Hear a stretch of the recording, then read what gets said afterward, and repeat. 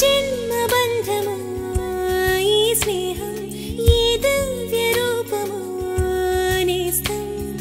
ఇన్నాళ్ళ మౌనము ఈ రాగం ఇన్నాళ్ళ కూర్చనా